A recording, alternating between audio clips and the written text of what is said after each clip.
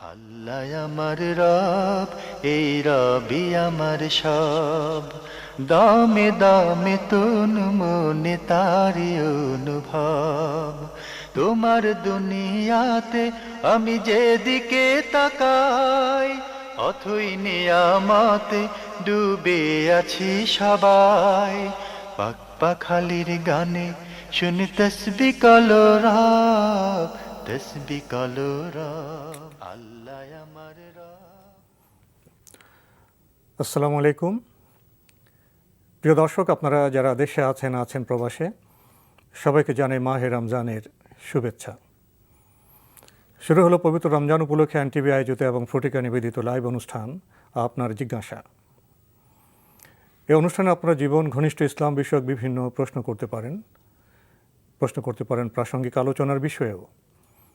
আমাদের আজকের প্রাসঙ্গিক আলোচনার বিষয় ঈদ উল ফিতর। আপনাদের সাথে আছে আমি জয়নুল আবেদিন আজাদ। আর আজকে আপনাদের মনে জাগা প্রশ্নের জিজ্ঞাসার সরাসরি জবাব দিচ্ছেন বিশিষ্ট আলেম ডক্টর মনজুর ইলাহি। আসসালামু আলাইকুম রহমতুল্লাহি আবরাকাতুহ। প্রিয় দর্শক, যখন আকাশে রমজানের চাঁদ উঠেছিল, আমরা বলেছিলাম আহলান সাহলান মাহে রমাদান। একে একে রমজানের পবিত্র দিনগুলো অতিবাহিত হয়েছে। আমরা একেবারে রমজানের শেষ প্রান্তে। আগামীকাল 30শে রমজান।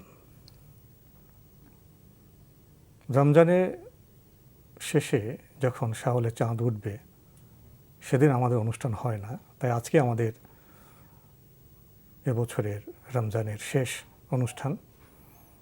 আমাদের আজকে বলতে হচ্ছে আল বিদা মাহে রমজান। চলুন আমরা অনুষ্ঠানে যাই। শুরুতে একটি প্রশ্ন নিচ্ছি। আসসালামু আলাইকুম। দর্শক, আপনার পরিচয় দিয়ে প্রশ্ন করুন। আসসালামু আলাইকুম। ওয়ালাইকুম আসসালাম। আমি আরিফ পিটারগঞ্জ থেকে। জি বলুন। জি, আপনাদেরকে ধন্যবাদ। আমার প্রশ্ন হচ্ছে, জি, পরে ঠান্ডাটা দিলে আমরা কি আমল করতে পারি?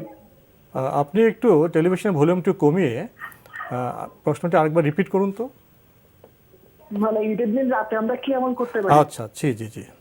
আরেকটা প্রশ্ন, আপনাদের অনুষ্ঠান খুব ভালো লাগে, আলহামদুলিল্লাহ, জাযাকাল্লাহু খাইরান আহসানাল জাযা। ডক্টর মনজুর ইলাহি সাহেবের কাছে আমি অনেক দিগন্ত দিয়ে কাছে প্রশ্ন করছিলাম। আজকে আবার আলহামদুলিল্লাহ আপনার মাধ্যমে প্রশ্ন করতে পারছি।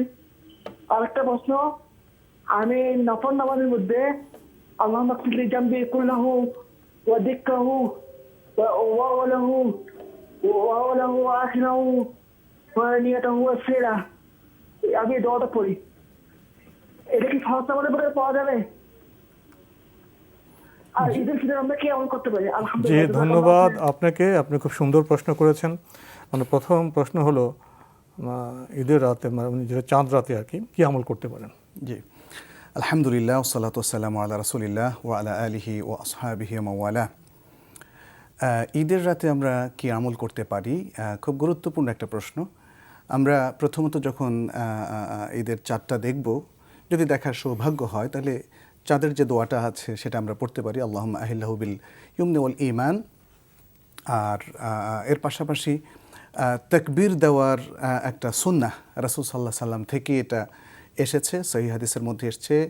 যেমন আব্দুল্লাহ ইবনে ওমর রাদিয়াল্লাহু তাআলা আনহুমা এবং আরও একাধিক সাহাবী, তারা সন্ধ্যায় যখন ঈদের চাঁদ উঠত, মানে শেষ রোজার পরে, তাহলে তারপরে তারা তাকবীর দিতেন রাস্তায়, ঘরে, বাজারে, সবখানে।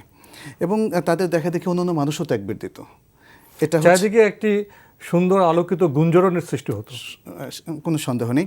এবং তার পাশাপাশি মানে এটা হচ্ছে ঈদের একটা আবহ। এবং এই তাকবীরটা চলতে থাকবে মানুষের মধ্যে, একটু মানে ক্ষণে ক্ষণে হয়তো থেমে বা যখন মনে পড়লো, এটা পরের দিন ঈদের সালাতের আগ পর্যন্ত এটা চলতে থাকবে। বিশেষ করে যখন আমরা সকালবেলা ঈদের সালাতের দিকে ঈদগাহে যাব, তখনও এই তাকবীর থাকবে। এবং যদি আমরা সেখানে বসে থাকি, তাহলে ঈদের সালাতের আগ পর্যন্ত এই তাকবীরটা চলতে থাকবে, যেটা আমরা যেমন মসজিদে নববী এবং হারামাইনের মধ্যে দেখি। তাকবীরের ভাষাটা কেমন? তাকবীরের ভাষাটাও কিন্তু এখানে হাদিসের মধ্যে এসেছে, আল্লাহু আকবার, আল্লাহু আকবার, আল্লাহু আকবার, লা ইলাহা ইল্লাল্লাহু, আল্লাহু আকবার, ওয়ালিল্লাহিল হামদ। এটাই হচ্ছে ভাষা, এবং এই ভাষাটাই মানে কি সুন্নাহ। চমৎকার কথা আমরা এই তাকবীরের মাধ্যমে আমরা বলছি।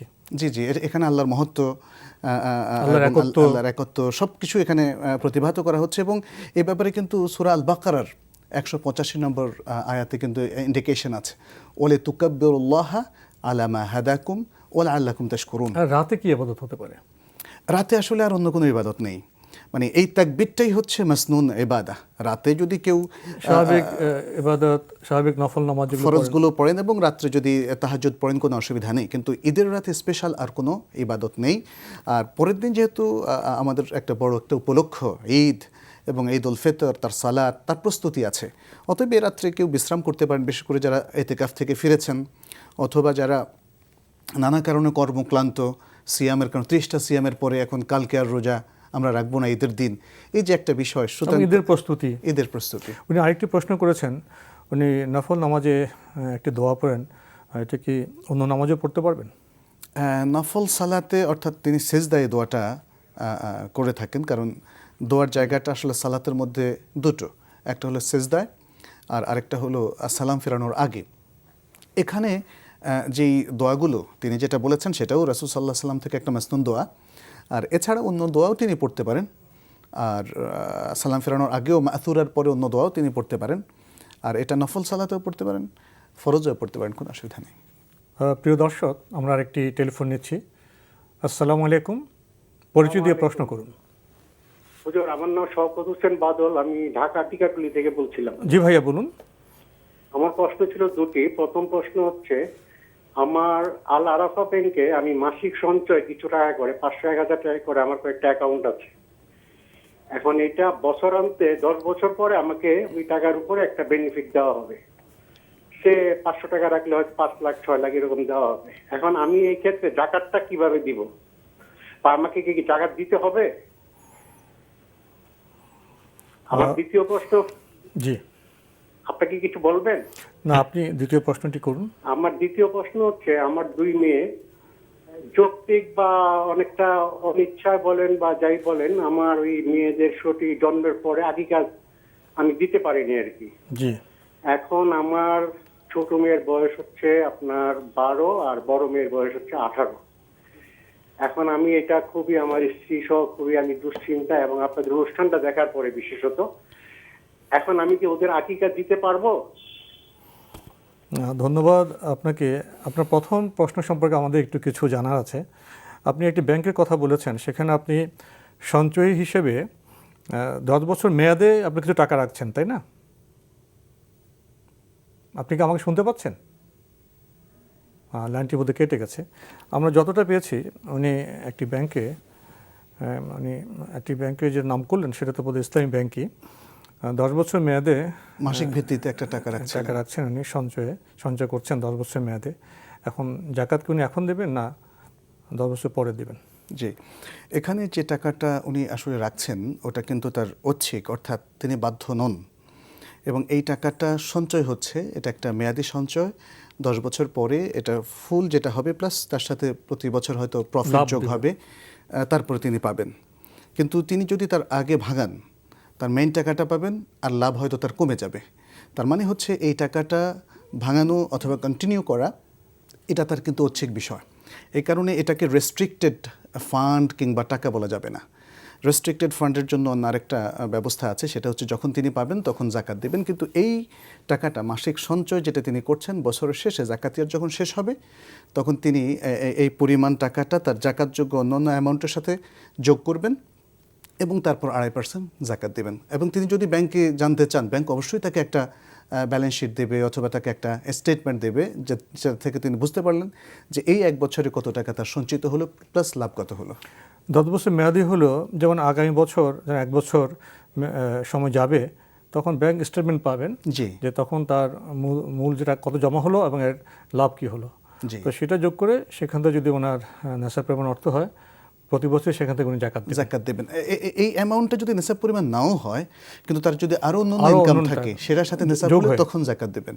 আচ্ছা, এখানে আরেকটা বিষয়, সেটা হচ্ছে যে এই অনেক ব্যাংক আবার তার যেহেতু তিনি মাসে 500 টাকা বা 1000 টাকা করে দিচ্ছেন, হয়তো তাকে বলা হচ্ছে যে আপনার 1 বছরের শেষে আমি প্রফিটটা আপনাকে এখন দেখাবো না, যদি না দেখান তাহলে প্রফিটটা আর এখানে তো আন্দাজে তো আর আসবে না, অতএব তার মূল অ্যামাউন্টটা তখন থাকবে, আর প্রফিটটা যদি ব্যাংক স্টেটমেন্টের সাথে অ্যাড করে দেয় তখন দুটোই অ্যাড হবে। তো স্টেটমেন্টকে কেন্দ্র করে উনি জি। হিসেব করে জাকাত জাকাতটা আসলে দিয়ে জাকাত দেবেন। দেবেন। আরেকটি প্রশ্ন, ওনার দু আকিকার মেয়ের প্রশ্ন। আকিকা দেওয়া হয়নি, একজন 12 একজন 18, তো এখন উনি অনুতপ্ত, কি করবেন? যে উনি আকিকা দিয়ে দেবেন, মানে যে কোনো কারণে হোক, হয়তো অসতর্কতার কারণে কিংবা খেয়াল করেননি, সময় পেরিয়ে গেছে। সময় পেরিয়ে গেছে, কিন্তু সময় তো আসলে রাসূল সাল্লাল্লাহু আলাইহি সাল্লাম যেটা বলেছেন সেটা 7 দিনের দিন, অনেকগুলো সপ্তম দিন। একাধিক হাদিস আছে। তো সেটা যখন পার হয়ে যাবে, কেউ তখন 14 দিন বা 21 দিনের কথা বলেছেন, এটা সালাফের কারো কারো আমল ছিল, বাট এটা রাসূল সাল্লাল্লাহু আলাইহি সাল্লাম বিধান নয়, বা তিনি রিকগনিশন দেননি এটাকে। তাহলে 7 দিন যাদের মিস হবে তাদের যে বিধান, যার হয়তো ওনার 12 বছর মিস হলো, একজনের 18 বছর মিস হলো, উনি এখনো এখন করা বুঝতে হয়নি, পারলেন। এখন বুঝতে পারলেন, অতএব যত দ্রুত সম্ভব তাদের আকিকা দিয়ে দেওয়াটাই ভালো। যেহেতু 2 মেয়ে বলেছেন, অতএব প্রত্যেক মেয়ের জন্য একটা করে ছাগল তিনি আকিকা দেবেন। আমরা জানলাম। প্রিয় দর্শক, আরেকটি টেলিফোন নিচ্ছি। আসসালামু আলাইকুম, পরিচয় দিয়ে প্রশ্ন করুন। আমার নাম শাইকা হোসেন, আমি মিরপুর থেকে বলছি। জি, বলুন। আমার প্রথম প্রশ্ন হলো যে আমি শুনেছি সালাতের সিজদায় গিয়ে কোনো দোয়া করলে সেটা কবুল হয়, তো এই দোয়াটা কি এ জাহান সে জাহান 2 জাহানের এই সম্পর্কে করা যায়? জি, আর কোনো প্রশ্ন আছে?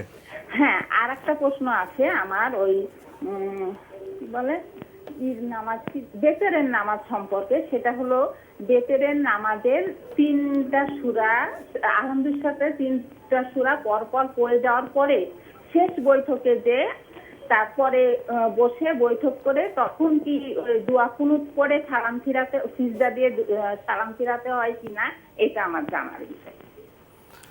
ধন্যবাদ আপনাকে। আপনার প্রথম প্রশ্ন, সেজদায় দোয়া করে দোয়া কবুল হয়, আপনি শুনেছেন।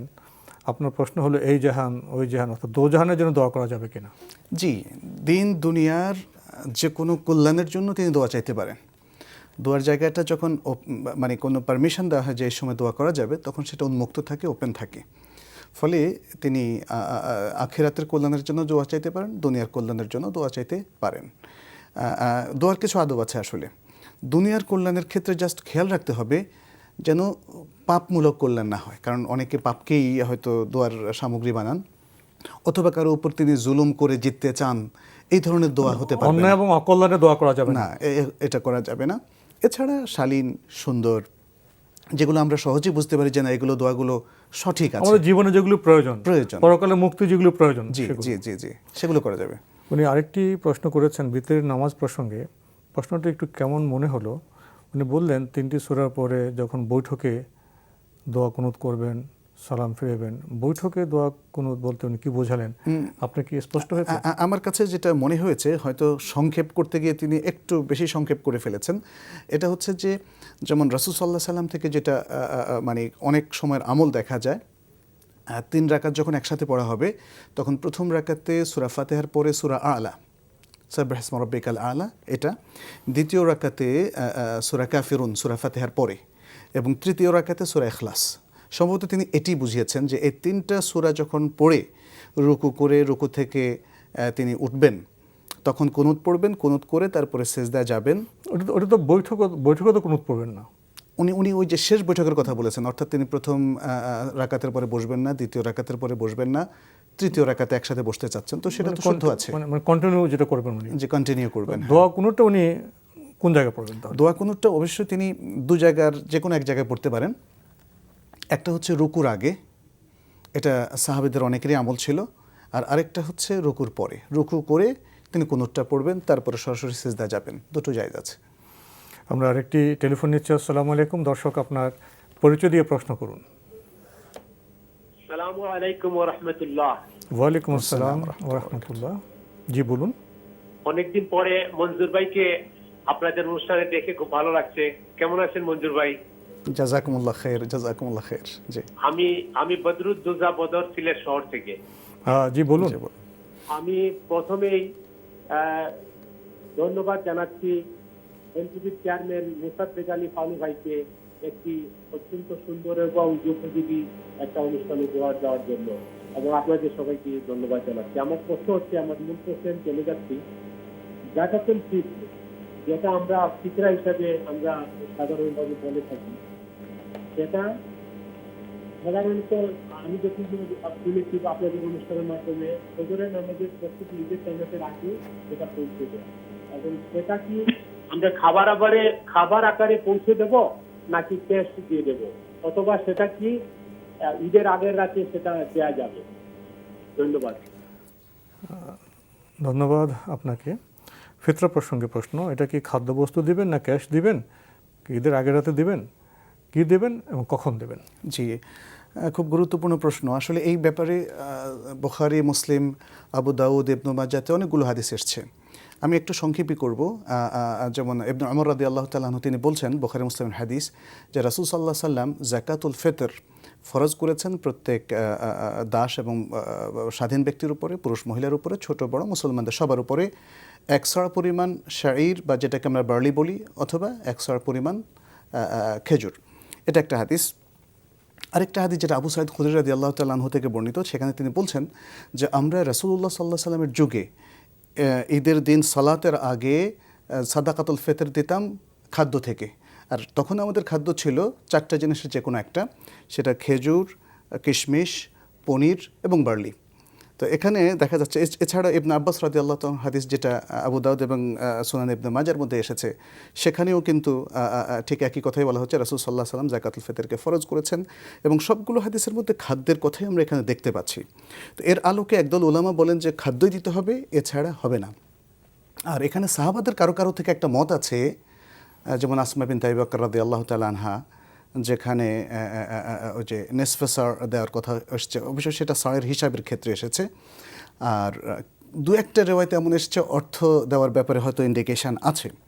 তো আমরা দুটো মত পাচ্ছি, কিন্তু এখানে যেটা ইবনে আব্বাসের হাদিস, সেটা খুব ইম্পর্টেন্ট। সেখানে বলা হচ্ছে রাসূল সাল্লাল্লাহু আলাইহি সাল্লাম যাকাতুল ফিতর ফরজ করেছেন দুটো উদ্দেশ্যে।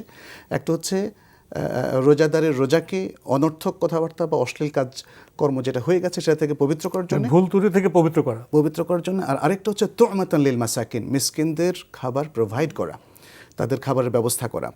তো সবগুলো হাদিস থেকে আসলে যেটা ক্লিয়ার, সেটা হচ্ছে যে খাদ্য যদি পৌঁছিয়ে দেওয়া যায়, বিশেষ করে আমাদের সমাজে খাদ্যের বাইরে কিন্তু প্রচুর লোকজন আছে। যেমন আজকে একটা সকালে আমি খবর দেখছিলাম, সেখানে দেখা যাচ্ছে যে বন্যা দুর্গত এলাকা, কিন্তু বরগুনা, পটুয়াখালী, ওই সমস্ত জায়গাতে প্রচুর মানুষ, লোকজন বলাবলি করছে যে তাদের কাছে কোনো খাদ্য নেই।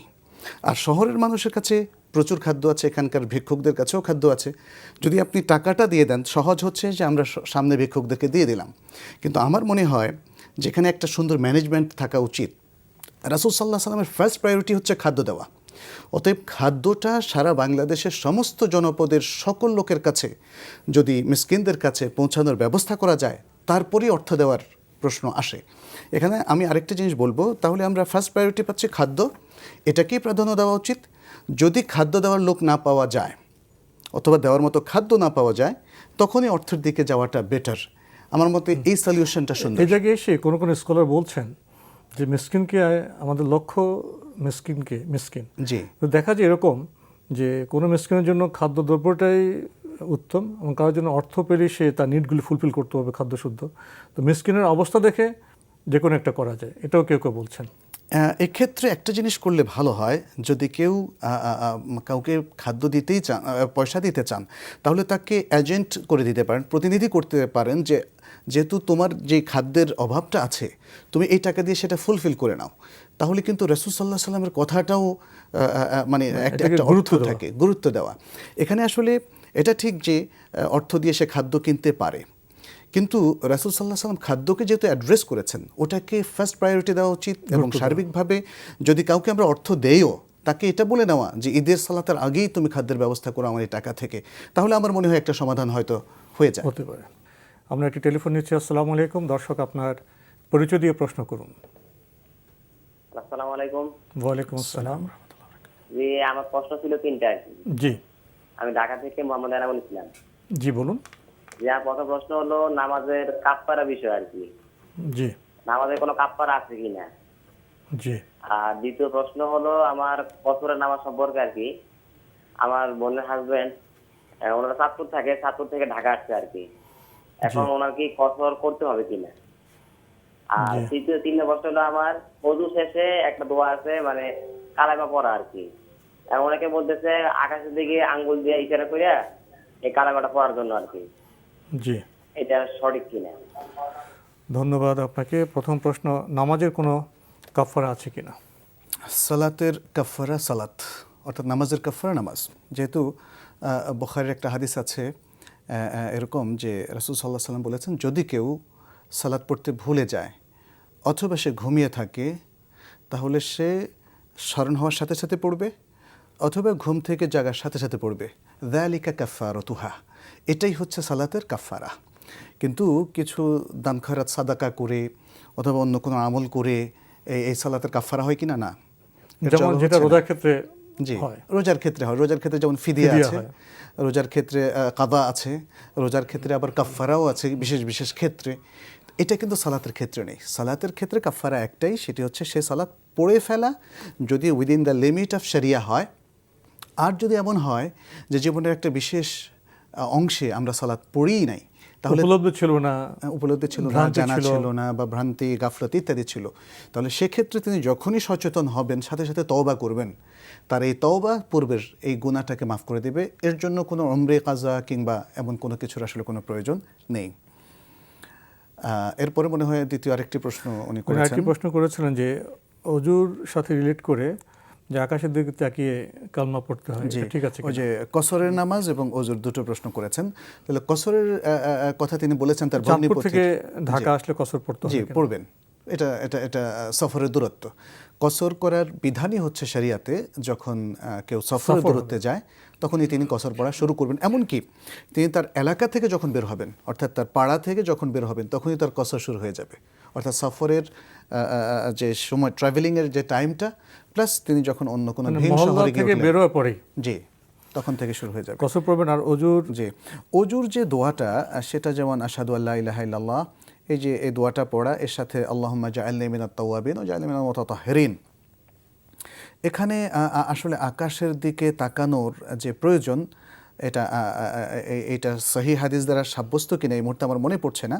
এটা তো অজুর শেষে, এটা হচ্ছে অজুর শেষে, অজুর সময়, এটা অজুর দোয়া নয়, অজুর শেষের দোয়া আর কি। আর অজু তো বিসমিল্লাহ পড়ে শুরু করে দিবেন। সেটা আসলে আকাশের দিকে তাকানোর প্রয়োজনও পড়ে না। এখন যদি এটা হাদিসের সাব্যস্ত হয় তাহলে সেটা হতে পারে, কিন্তু সেটা একটু দেখার এবং তাহকিকের প্রয়োজন আছে। কিন্তু অজুর পরে যদি কেউ আকাশের দিকে না তাকিয়েও এই যে দোয়াটা পড়ে, শাহাদা পড়ে, এবং তারপরে যে আল্লাহুম্মা জাআলনি মিনাত তাওয়াবিন ওয়া জাআলনি মিনাল মুতাতাহহিরিন, তাহলে তার সুন্নাহ কিন্তু আদায় হয়ে যাচ্ছে। জি, আমরা আরেকটি টেলিফোন নিচ্ছি। আসসালামু আলাইকুম। দর্শক, আপনার পরিচয় দিয়ে প্রশ্ন করুন। ওয়ালাইকুম সালাম। আসসালামু আলাইকুম। আমার নাম শান্তনা, আমি সৌদি আরব থেকে বলছি। জি বলুন। আমি 4টি প্রশ্ন করব। 3টিতে সীমিত থাকলে ভালো হয়, শুরু করুন। না, আপনার যে জায়গা পাই না আমি। জি বলুন। অনেক চেষ্টা করতেছি। জি শুরু করুন। আমার প্রথম প্রশ্ন হচ্ছে, মানে মহিলা আর পুরুষের নামাজের তো কোনো পার্থক্য নেই। আমি মানে আমার শাশুড়ি, তারপর আমার আম্মারে দেখি সবসময়, মানে যা পুরুষে যে বসে, মানে যে ডান পাটা খারাপ হয়ে যায়। আমরা আপনার এই প্রশ্নটি পেয়েছি, দ্বিতীয় প্রশ্নটি করুন। এই প্রশ্নটি পেয়েছি, দ্বিতীয় প্রশ্ন করুন। তারপর যে নামাজ শেষে প্রত্যেক নামাজে ওই যে ফরজ নামাজের শেষে আয়াতুল কুরসি মাথায় হাত দিয়ে পড়ি, আর হাত নামা বুকে হাত দিয়ে, এটা ঠিক আছে কিনা? আর দ্বিতীয় প্রশ্ন হচ্ছে, এই যে মুহররমের সময় 10 তারিখে মানে রোজা রেখে তারপর মা ফাতিমার নামে যে সিন্নি করা হয়, মানে মানুষের কাছ থেকে যে চাল উঠায়া, এটা ঠিক আছে কিনা করা? জি। তৃতীয় প্রশ্ন হচ্ছে, মানে আমার দেবর বাসুর, তারপর আমার হাজবেন্ড, মানে তারা 4 ভাই মিলে মানে কুরবানি দেয়। গরু কেনার সময় মানে সবাই সমান টাকা দেয় না, কেউ কম দেয় কেউ বেশি দেয়। তো এভাবে করলে এটা ঠিক কিনা? মানে গোশ মানে 3 ভাগ করা হয়, আত্মীয় স্বজনের লেগে 1 ভাগ, নিজের 1 ভাগ, আর মানে গরিবের জন্য 1 ভাগ। এভাবে করলে ঠিক কিনা? আর শেষ প্রশ্ন হচ্ছে, মানে আমার শ্বশুর বাড়িতে একজনের সাথে মানে বলে যে পীর আসে, তারপর ওই যে ভালো মানে জিন জাতের কিছু আসে, তারপরে ওই হাত দেখা মানে বলে কি আর কি মানে অসুখ হইতে, তারপর যারা যারা যারা ফুক দেয়, পানি পড়া দেয়, এই অবস্থা মানে এটা করা কি ঠিক কিনা? আর অনেক সময় দেখা যায় মানে আমারও বাচ্চা নিয়ে মানে যায়, কিন্তু এটা যাওয়াটা কি ঠিক হচ্ছে কিনা? ধন্যবাদ আপনাকে। অনেকগুলো পাঁচটা প্রশ্ন প্রশ্ন করেছেন আপনি। প্রথম প্রশ্ন, মহিলা এবং পুরুষদের নামাজ কি একই রকম? কারণ ওনার অভিজ্ঞতা, ওনার আত্মীয় স্বজনরা অনেকে মহিলা আলাদাভাবে নামাজ পড়েন। জি, উনি বলেছেন যে উনি সৌদি আরবে থাকেন, সেখানকার মসজিদগুলোতে যদি তিনি ঢোকেন তাহলে দেখবেন যে সেখানকার আরবিয়ান মহিলারা যারা আসলে ইসলামের ঐতিহ্যটা ধরে রেখেছে তাদেরটা দেখার এবং অবজার্ভ করার একটা বিষয় আছে। কিন্তু সেক্ষেত্রে আমরা দর্শক মানে বলবো যে এটা একটা বিষয়, কিন্তু আসলে মেইন বিষয় হচ্ছে রাসূল সাল্লাল্লাহু আলাইহি ওয়াসাল্লাম হাদিস, তিনি বলেছেন সল্লু কামা রাআইতুমুনি উসাল্লি, তোমরা আমাকে যেভাবে দেখছো সেভাবে সালাত আদায় করো, নারী পুরুষ সকলেই। তাহলে মেজর ক্ষেত্রেই আসলে নারী পুরুষের সালাতের কোনো পার্থক্য নেই, সেটা দাঁড়ানোর ক্ষেত্রে, হাত বাঁধার ক্ষেত্রে, সেজদার ক্ষেত্রে, বসার ক্ষেত্রে, সব ক্ষেত্রে। কিন্তু পার্থক্য যেটা সেটা আসলে মানে সালাটের মূল কোর অপশানগুলোতে না, সেটা হচ্ছে যেমন মেয়েরা তাদের পুরো শরীর ঢেকে রাখবে ইভেন পায়ের পাতাসহ, মেয়েরা ঘরের অভ্যন্তরে সালাত পড়বে, কিন্তু ছেলেরা সালাত পড়বে পারতপক্ষে জামাতের সাথে মসজিদে, এরকম কিছু পার্থক্য আর কি। কিন্তু মৌলিক মানে সালাতের যে পারফরমেন্স তার মধ্যে কিন্তু কোনো পার্থক্য নেই। এটা হচ্ছে একটা মেয়েরা তো বিষয়। চাইলে আপনার মসজিদে গিয়ে তো নামাজ পড়তে পারবে, জি, কিন্তু সেটা তাদের জন্য ওয়াজিব নয়। না, সেটা তাদের জন্য কখনোই ওয়াজিব নয়। সেটা তাদের জন্য হয়তো মসজিদে যদি তাদের যাওয়ার প্রয়োজন থাকে অথবা ইচ্ছা হলো, অথবা ইচ্ছা হলো কারণ মসজিদের সালাতের ক্ষেত্রে যখন বলা হয়েছে 25 গুণ বা 27 গুণ, এটা কিন্তু নারী পুরুষ সবার ক্ষেত্রে প্রযোজ্য। আর বিশেষ করে যখন মেয়েরা হারামে যায় মক্কা অথবা মদিনায়, তখন সেই ফজিলত তাদের জন্য প্রযোজ্য হবে। তারা অতিরিক্ত ফজিলতের জন্য যদি মসজিদে যায় নিজেদের পর্দা প্রসিদ্ধা ঠিক রেখে, তাহলে তাতে কোনো আপত্তি নেই। ব্যবস্থাপনার সুযোগ থাকতে হবে। জি, জি। তবে মূল কথা হলো আপনার মহিলা এবং পুরুষদের নামাজ একই রকম। জি। উনি আরেকটি প্রশ্ন করেছেন, নামাজ শেষে উনি মাথায় হাত দিয়ে আয়াতুল কুরসি পড়েন, আবার এবং বুকে হাত দিয়ে আহাদনামা না কি যেন একটা পড়েন, এগুলো ঠিক আছে? না, এটা ঠিক নেই, কারণ মাথায় হাত দিয়ে আয়াতুল কুরসি পড়ার কোনো বিধান নেই। অতএব যদি কোনো একটা জিনিস যেটা ওপেন, আপনি স্বাভাবিক অবস্থায় আয়াতুল কুরসি পড়বেন, কিন্তু এটাকে যদি আমরা বিশেষ একটা কাঠামো তৈরি করি, ফরম্যাট করে ফেলি, তখন এটা বেদাত হবে। তখন দলিল আসতে হবে, রাসূল বলেছেন কিনা। জি, যেটা রাসূল ওপেন করে দিয়েছেন সেটাকে স্পেশাল ফরম্যাট দেওয়া, এটা বেদাত হয়ে যাবে। ঠিক আহাদনামার ব্যাপারেও একই অবস্থা। আহাদনামা হয়তো লা ইলাহা ইল্লাল্লাহু ওয়াহদাহু এই দোয়াটা পড়া বা এই যিকিরটা পড়ার কথা তিনি বলছেন, লা ইলাহা ইল্লাল্লাহু ওয়াহদাহু লা শারীকা লাহু লাহুল মুলকু ওয়া লাহুল হামদু ইহয়ি ওয়া ইউমীত। এটা বুকে হাত দিয়ে পড়ার কোনো প্রয়োজন আসলে নেই। এই দুটোই আসলে এই ফরম্যাটটা বাদ দিতে হবে, ওপেন থাকতে হবে, স্বাভাবিকভাবে যেভাবে পড়া সেভাবে পড়বেন। উনি আরেকটি প্রশ্ন করেছেন, মুহররমের সময় চাল ডাল তুলে যে সিন্নি করা, মা ফাতেমার নামে সিন্নি করা, ঠিক আছে কিনা? না, এটাও ঠিক নেই, এটাও আসলে বেদাত হবে। কারণ মুহররমের জন্য প্রিয় দর্শক আসলে যেটা সুন্নাহ, সেটা তো রাসূল সাল্লাল্লাহু আলাইহি ওয়াসাল্লাম হাদিসে এসেছে। সেটি হচ্ছে 10 মুহররম সিয়াম রাখা, এবং তার সাথে রাসূল সাল্লাল্লাহু আলাইহি ওয়াসাল্লাম আগ্রহ প্রকাশ করেছেন তিনি আগামী বছর জীবিত থাকলে 9 তারিখেও সিয়াম রাখবেন। তাহলে মুহররমের 9 এবং 10 তারিখে শুধু সিয়াম রাখাটাই সুন্নাহ। এর সাথে যে সমস্ত আরও অন্যান্য শোক পালন করা হয়, মা ফাতেমার নামে সিন্নি মানাত করা হয়, এগুলো সবই বেদাতের মধ্যে ইবাদতের অংশ নয়, বরং বেদাতের অংশ। আর রোজা তো আপনার 9-10 রাখতে পারবেন, কেউ চাইলে 10-11 রাখতে পারবেন, বা 9-10-11 রাখতে পারবেন। জি, সেটাও রাখতে পারবেন বলে ওলামাদের কেউ কেউ বলেছেন। উনি আরেকটি প্রশ্ন করেছেন, ওনাদের দেবর ভাসুর ইত্যাদি মিলে ওনারা একসাথে কোরবানি দেন, কিন্তু কোরবানির যে টাকা কম বেশি দেওয়া হয়, এতে অসুবিধা আছে? এতে যদি অন্য কেউ, মানে যেহেতু তারা সব আত্মীয় ভাই, কেউ হয়তো তার আর্থিক অবস্থা একটু অসচ্ছল, তিনি একটু কম দিলেন, অন্যরা তাতে রাজি থাকে, তাহলে কোনো সমস্যা নেই। সমঝোতা ভিত্তিতে হলে কোনো সমস্যা নেই। আরেকটি প্রশ্ন করেছেন, আর এখানে আরেকটা বিষয় কেউ কেউ এভাবে বলেন যে 7 ভাগে হতে হবে, কিন্তু আসলে সঠিক কথা হচ্ছে যে যদি এই 7 ভাগ হচ্ছে সর্বোচ্চ, এর নিচে যদি 5 ভাগ থাকে, 6 ভাগ থাকে, 1 2 3 4 5 6 7 যে কোনো ভাগ হতে পারে, যে কোনো ভাগ হতে কিন্তু কোনো অসুবিধা নেই, কারণ এটা 7 ভাগ সর্বোচ্চ, এর মধ্যে হতেই হবে এমন কোনো দলিল শরিয়াতে নেই। আরেকটি প্রশ্ন করেছেন, গোস্ত বন্টন 3 ভাগ, একবার নিজেরা, একবার আত্মীয় স্বজন, একবার গরিব মিসকিন, এভাবে ভাগ করা ঠিক আছে? এটা ঠিক আছে, কারণ সূরা হজের মধ্যে কোরবানির যে ভাগ বটরার কথা বলা হয়েছে তার মধ্যে 2টো ভাগের কথা বলা হয়েছে। যেটা বলা হয়েছে এর অর্থ হচ্ছে যে মানে যারা মিসকিন এবং যারা নিডি, যারা দুস্থ, আল বায়েস আল ফাকির, এদেরকে তোমরা খাওয়াও, এটা একটা ফাকুলু মিনহা এই আয়াতের এই অংশ থেকে বোঝা গেল তোমরা নিজেরা খাও। তাহলে দুটো অংশ পেলাম। আর আরেকটা অংশ হচ্ছে যে আত্মীয় স্বজন যারা আমার এখানে বেড়াতে আসে তাদের জন্য, অথবা তাদের জন্য উপঢৌকন হিসাবে পাঠানো। এটা সাহাবায়ে কেরামের কারো কারো আমলে এটা ছিল। কিন্তু দায়িত্ব আত্মীয় খোঁজখবর নেওয়া, প্রতিবেশী খোঁজখবর নেওয়া। অতএব এভাবে 3 ভাগে বন্টন করাটার একটা ভিত্তি আছে, কোরআনিক ভিত্তি আছে, হাদিসের ভিত্তি আছে এবং সালাফ সালেহিনের আমলের ভিত্তি আছে। এটা হতে পারে। শেষ প্রশ্ন হলো, ওনাদের শ্বশুরবাড়িতে নাকি জিন আসে, পীর আসে, ঝাড়ফুঁক দেয়, ওনারা বাচ্চা টাচ্চা নিয়ে যান, এই কাজগুলো ঠিক আছে কিনা? জি, তার আগে আরেকটা কথা একটু অ্যাড করি, সেটা হচ্ছে ওই 3 ভাগে ভাগ করাটা কিন্তু ফরজও নয়, ওয়াজিবও নয়, ওটা অপশনাল। করলে ভালো আর না করলে অসুবিধা নেই। যদি 2 ভাগও করেন তিনি অসুবিধা নেই। আচ্ছা, আর এখানে জিনের কথা যেটা বললেন, জিন হাত দেখে, ঝাড়ফুঁক করে, বিভিন্ন জিনিস প্রেসক্রাইব করে, এটা আসলে একটা মানে অসত্য চর্চা আমরা বলবো। এটার কোনো ভিত্তি নেই এবং আসলে জিনের সাথে যে প্রতারণামূলক কাজ হয়, এটা প্রতারণামূলক, 100% প্রতারণা করা হয়, মানুষকে ঠকানো হয়। জি, এটা করা যাবে না এবং এদেরকে বিশ্বাসও করা যাবে না। আসলে জিনের সাথে এইভাবে কমিউনিকেট হয় না এবং এখানে ম্যাক্সিমামই ভাওতাবাজি এবং অসত্যের আশ্রয় নিয়ে। অসুস্থ হলে চিকিৎসা করাবেন।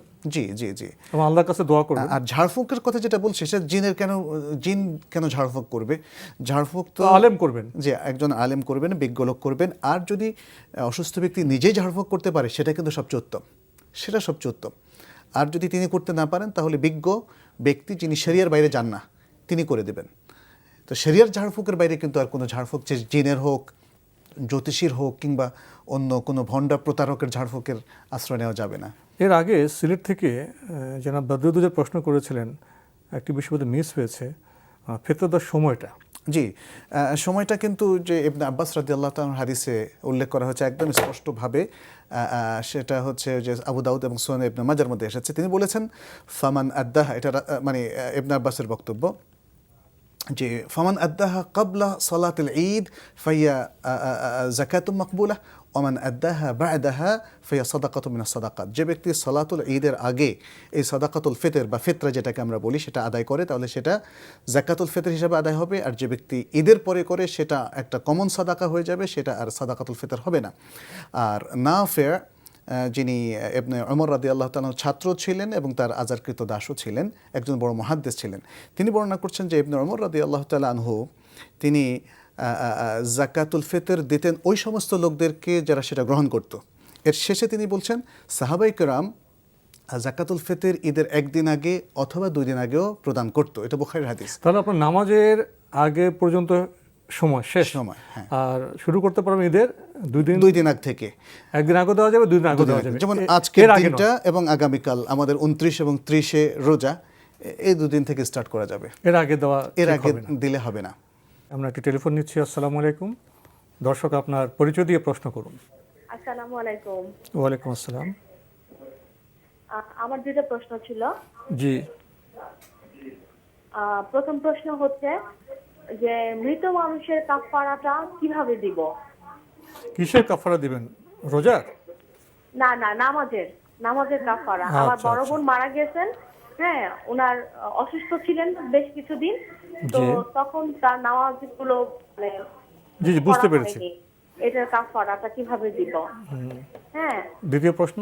আর দ্বিতীয় প্রশ্ন হচ্ছে যে আমি আমার হাজবেন্ড, হ্যাঁ, একসাথে থাকি, আমাদের বড় ছেলে আছে 2 জন। তো এখন ওরা কিন্তু আমাদেরকে দেখে না, এদের গার্মেন্টস, ডাইন অনেক কিছু আছে যেগুলো আমার হাজবেন্ড ওদেরকে দিয়ে দিছে, হ্যাঁ। কিন্তু এখন আমাদের যে বিজনেস আছে, আমার হাজবেন্ডের নিজস্ব কিছু জায়গা সম্পত্তি আছে, হ্যাঁ, মার্কেট আছে, ওগুলো দিয়েই আমরা চলি। কিন্তু ওদের কথা হচ্ছে আমার হাজবেন্ড জীবিত থাকা অবস্থায় তারা এই প্রপার্টির ভাগটা চায়, হ্যাঁ। তাদের কথা হচ্ছে আমাদের 2 ভাইকে সমস্ত প্রপার্টি যা আছে ভাগ করে দিয়ে দাও, আমাদের যেটা পাও না। তো এখন ওরা তো আমাদেরকে করে না, আর আমরা যদি ওদেরকে এই প্রপার্টি না দিয়ে এটা যদি আল্লাহর রাস্তায়, হ্যাঁ, যেভাবে হোক এতিমখানা বা অন্য কোনো মসজিদ মাদ্রাসায় দিয়ে দেই, এটার জন্য কি আমরা গুনাহগার থাকবো? আর আমার হাজবেন্ড এমনিতেও মানে একটা প্রপার্টি মসজিদে দিয়ে দিচ্ছেন, যেটা উনি আমাকে দিয়েছিলেন, ওটা আমার হাজবেন্ড মসজিদকে দান একটু করে দিয়েছেন। কিছু বিষয় জানার আছে। আপনার স্বামীর সম্পত্তি কারা চাচ্ছে? ওনার ছেলেরা। আমি আসলে কি সত্যি কথা বলতে আমি ওনার দ্বিতীয় জি ওয়াইফ। জি জি জি জি হ্যাঁ, আর ওনার প্রথম ওয়াইফ যে ছিলেন উনি মারা গেছেন। জি উনি কিন্তু খুব ভালো মানুষ ছিলেন।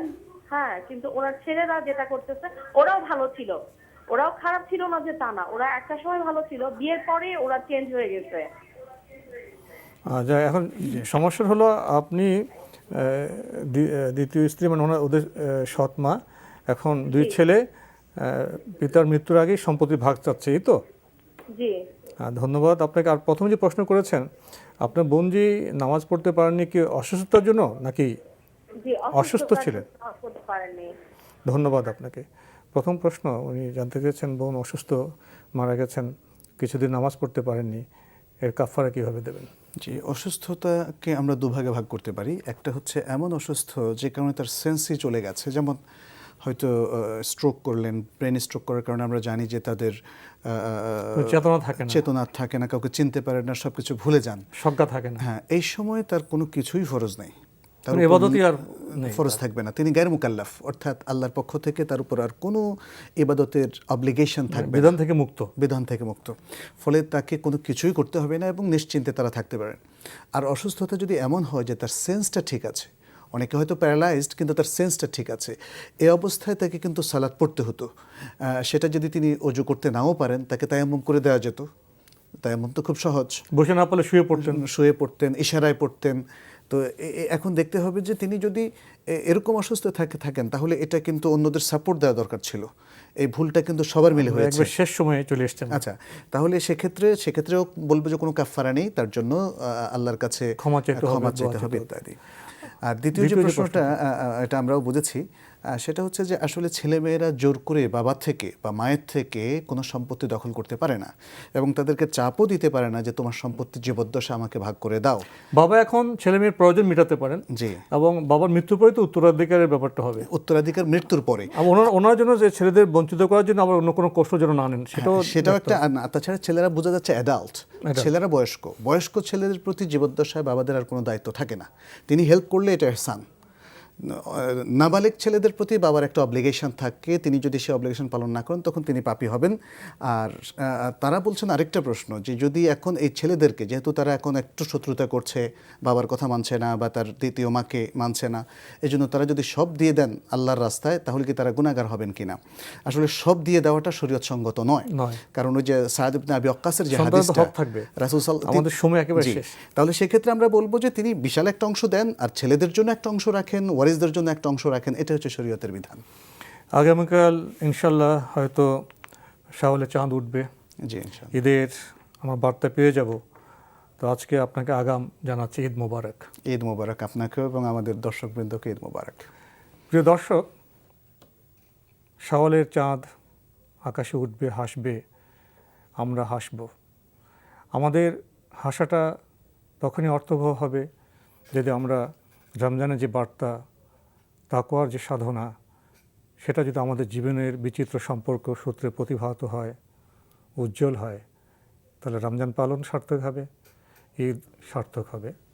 প্রিয় দর্শক, আমাদের এই লাইভ অনুষ্ঠান আবার ঈদের পরে শুক্রবার, প্রতি শুক্রবার ইনশাল্লাহ অনুষ্ঠিত হবে, সেখানে দেখা হবে। প্রিয় দর্শক, আপনারা আমাদের অনুষ্ঠানে এনটিভি অনলাইনেও দেখতে পারবেন, ভিজিট করুন www.ntvbd.com। দর্শক, আপনারা সবাই নিরাপদে থাকুন শান্তিতে। আসসালামু আলাইকুম। আল্লাহ আমার রব, এই রবি আমার সব, দামে দামে তুন মনে তারি অনুভব। আল্লাহ আমার রব, এই রবি আমার সব।